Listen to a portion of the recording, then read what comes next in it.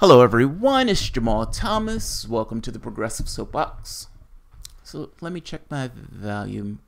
I'm not going to keep this one too long. I did want to talk about this.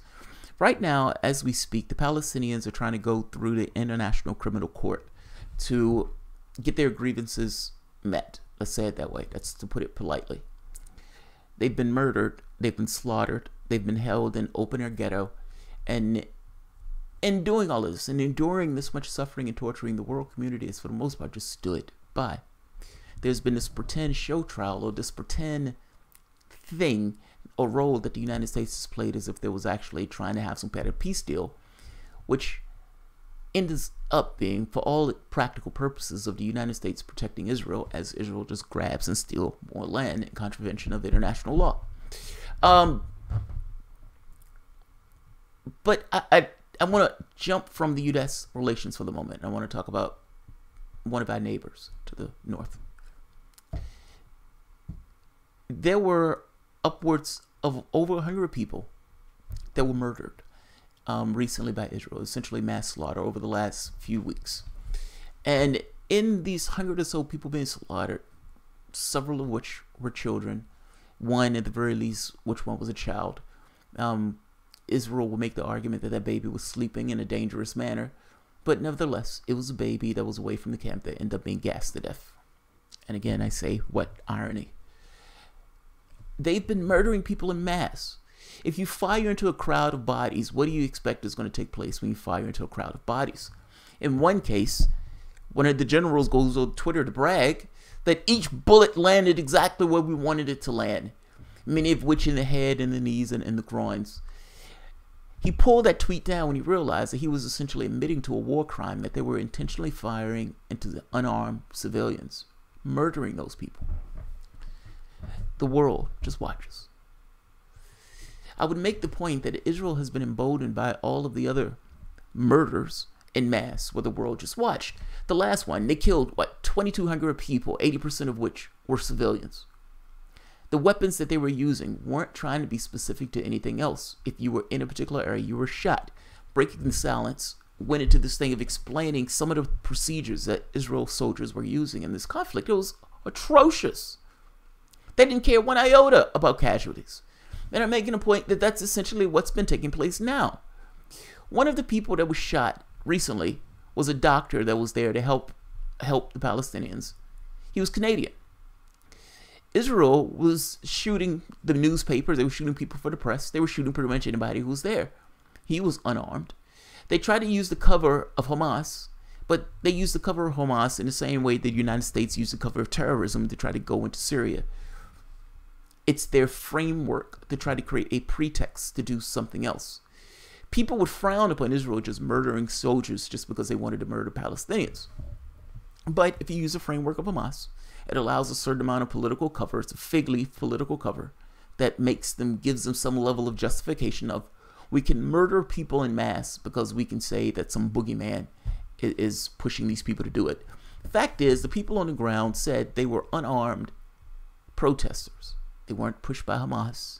They were unarmed protesters that was pissed off at the fact they were living in an open-air ghetto, pissed off at the fact that they had toxic water, that their area has been stolen, and that for all intents and purposes, they're under military occupation. Stolen land. That Canadian citizen elicited a response from Justin Trudeau. Justin Trudeau said this, essentially saying he was appalled by what took place. This is Justin Trudeau, Prime Minister of Canada. The Prime Minister, Justin Trudeau, issued the following statement on the violence of the Gaza Strip. Canada deplores and is gravely concerned by the violence in the Gaza Strip that has led to the tragic loss of life and injured countless people. No, there weren't countless, it was over 100. We are appalled that Dr. Tarek Lobani, a Canadian citizen, is among the wounded, along with so many unarmed people, including civilians, members of the media, first responders, and children. We are doing everything that we can to assist Dr. Lobani and his family, and we're determined to determine how the Canadian citizen came to be injured. We are engaging with the Israel officials to get to the bottom of these events. Reported use of excessive force and live ammunition is inexcusable. It is imperative we establish the facts of what is happening in Gaza. Canada calls for an immediate independent investigation to thoroughly examine the facts on the ground, including any incitement of violence and extreme or excessive use of force. That sounds good. It makes sense. Fair enough. Then what's my gripe and what's my issue? It sounds like they're saying we're appalled by this. Shooting into live ammunition into a crowd is a fail for us. An excessive use of force, which killing 100 people and shooting and injuring 2,000 or more, I would think that counts as an excessive use of force, should be disallowed, or at the very least not allowed. 2 days later, it took 2 days for the UN Council, or Canada's representative to the UN Council, to vote on a measure that would have essentially given Trudeau what Trudeau wanted. I mean, after all, a Canadian citizen was injured. Not to mention you have all these 100 other people that was injured. You have over 2,000 Palestinians that were injured. I think you end up with one Israeli that might got hit with a rock and might have hurt his knee or something. But you have over 2,000 people injured, over 100 people murdered, in addition to kids and babies. This seems unequal distribution to me. This seems like excessive force. And this seems like the thing that you said needed to be investigated. 2 days later, this is what took place. And this is Dimitri Lakaris. This is the UN investigator. Mr. President, Canada is gravely concerned by the numerous deaths and countless injuries in the Gaza Strip over the past several weeks, including of members of the media, first responders, and children. And we are appalled that a Canadian citizen is among those wounded. As stated by our Prime Minister, Canada has called for an immediate, independent investigation to thoroughly examine the facts on the ground, including incitement, violence, and excessive use of force. However, we cannot support the resolution before the Council, as it prejudges the outcome of such an investigation, is one-sided, and does not advance the prospects for a peaceful, negotiated settlement to this conflict. The resolution singles out Israel without reference to other actors. Canada's long-stated position is that we expect all parties to uphold international humanitarian law and human rights law, and this isn't reflected in the resolution. Canada stands ready to assist and to work closely with its international partners to address the situation. Thank you, President.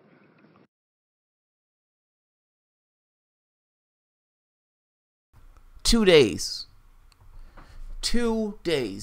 voting on a resolution in order to do an investigation, send this person to investigate, and all of a sudden they backed away from it in 2 days and gives a nonsense answer and backing off it at that.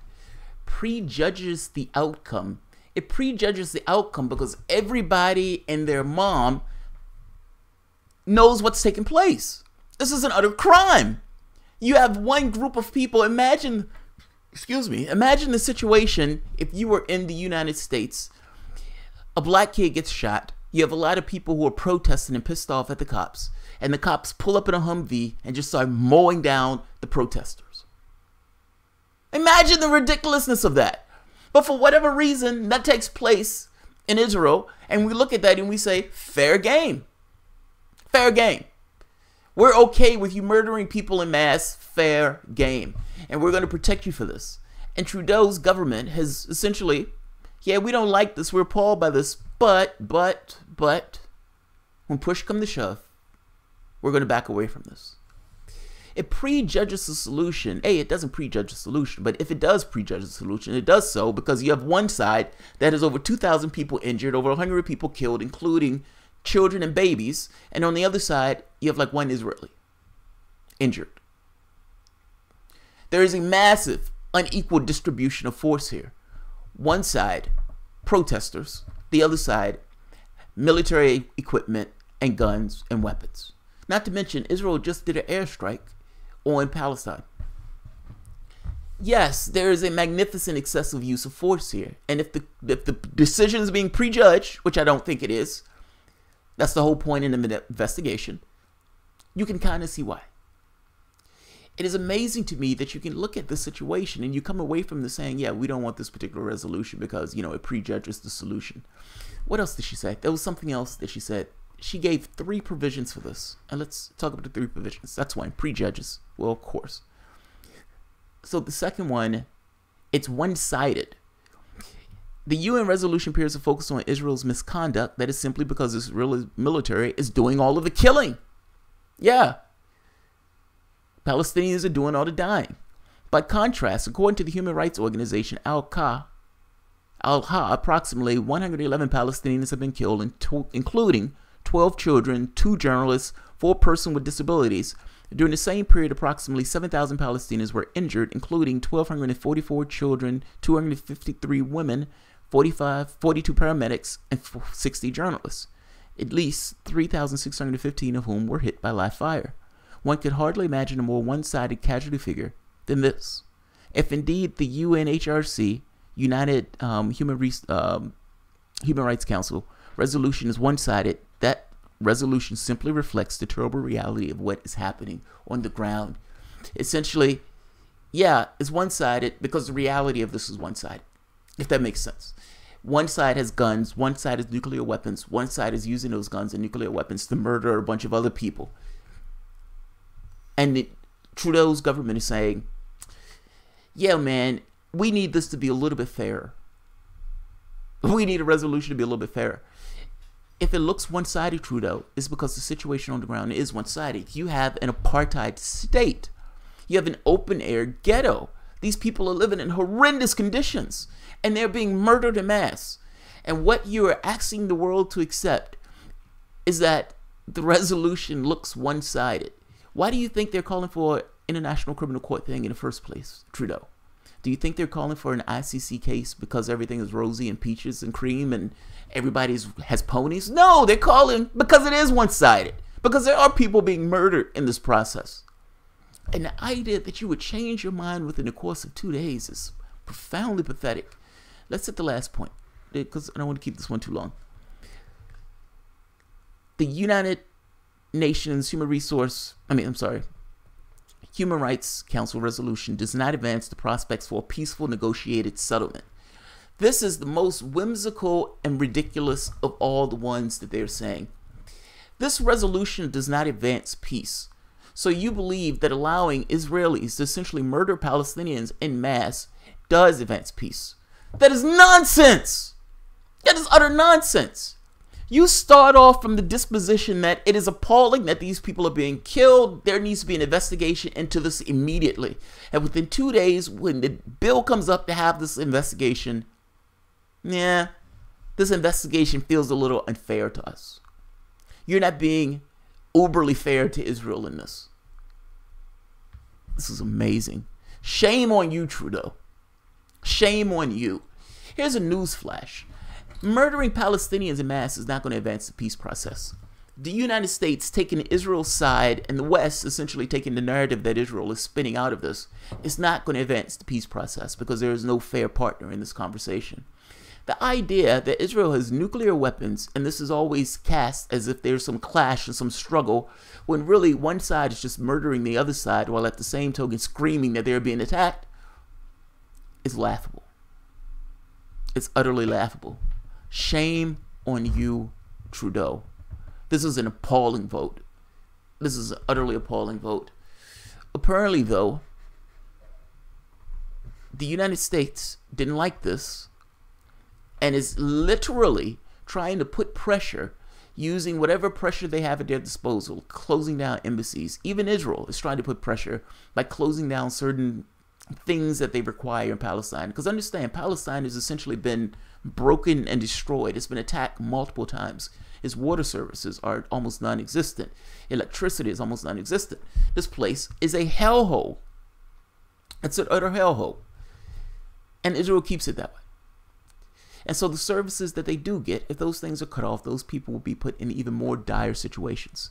They use force in that way. They try to get those people to not go for an ICC, meaning not take Israel to a criminal court. Well, we don't necessarily know if that's going to take place, but at the very least, it's being debated. And if I'm not mistaken, they did say they were sending this off. Palestine asks International Criminal Court to investigate Israel. Now, this says UN votes to send war crimes investigators to Gaza. And they voted 29-2. Australia and the United States being the two that said no. But the idea that there were 14 that abstained is sad. It's sad. It's utterly sad. So, like I said, I'm not going to keep this one long. Shame on you, Trudeau. This is an abysmal reason to not support this particular resolution in order to actually send these people over in order to investigate for war crimes. They're murdering people in mass. Like even if you thought that Hamas had something to do with this, at which point do you realize that these people were essentially non-violent protesters and that Israel was the side with the guns and they was the side that was shooting into those human bodies and they were the side that essentially was safely wherever they were, maybe getting pelted by rocks. But ultimately, you injure over 2,000 people, you murder over 100, and none of your people get injured. That's not a clash. That's one side murdering the other side. And this has taken place at this point twice in a very short span of time, and the world has done nothing about it. If you're asking if a war crime has taken place, if your definition of a war crime is one side using a gun in order to pump bullets into a lot of human beings, then yes, a war crime has taken place. The idea that Canada and Justin Trudeau is going to back away from that. They shot a Canadian citizen. How weak. How weak. The Canadian Obama. His spine turns to jello within a couple of days. And by the way, the article hits on as to why his spine turned to jello. Just like we have in the United States, apparently they have an Israeli lobby in Canada also. The real reason for Justin Trudeau's opposition to the UNHRC investigation is not that it's one-sided, undermines peace, or fails to focus on true perpetrators of these atrocities. No, the real reason is that Justin Trudeau came under a withering assault from Canada's pro-occupation lobby the moment that he waded into the waters of justice. The moment that he said something about it, meaning his first response saying we need an investigation was the correct response. You've shot a Canadian citizen. You're murdering people in mass. You are literally taking guns, pointing them at people, and firing live ammunition into crowds. You knew those crowds were going to be there, and you're using essentially deadly force in order to put down people on their own land.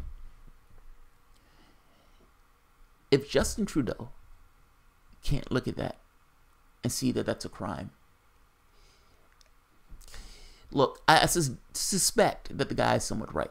That the reason why these Western nations give a blind eye is because, for the most part, they consider Israel an ally of the United States. And that ally status of the United States is enough for them to turn a blind eye to utter atrocities. To absolute atrocities. Waded in a water of justice. His first response was probably the correct one. The second response was weakness. So, I'm going to end this here. I'm not going to keep this long, but I'm going to put the links to all of this. This gentleman, what's his name? I love this article because it explained what was taking place in Canada, the Human Rights Council meeting and the resolution itself in regards to what they were trying to pass. Trudeau comes out saying, this is what I want. I want an investigation. 2 days later, in the UN, no, not so much. We don't want an investigation because it seems unfair. I mean, you guys are saying Israel murdered 100 people. I mean, that doesn't seem fair at all. And that baby looks fucking dangerous. That baby looks dangerous. I might gas that baby too. Yeah, I'm slightly joking, but I'm not. I mean, come on. They're standing by when people get killed, murdered. So, I'll leave it here. I don't know much about Canadian elections, so I can't necessarily go into Canadian politics. But I do know from a humanistic or moral standpoint, this is repugnant. This is absolutely, utterly, and completely repugnant. Alright, I'll leave it here. Alright, guys. If you enjoy the content, please feel free to share, like, subscribe, and of course, you can always support through Patreon. Shame on you, Trudeau. Oh, Canada, my ass.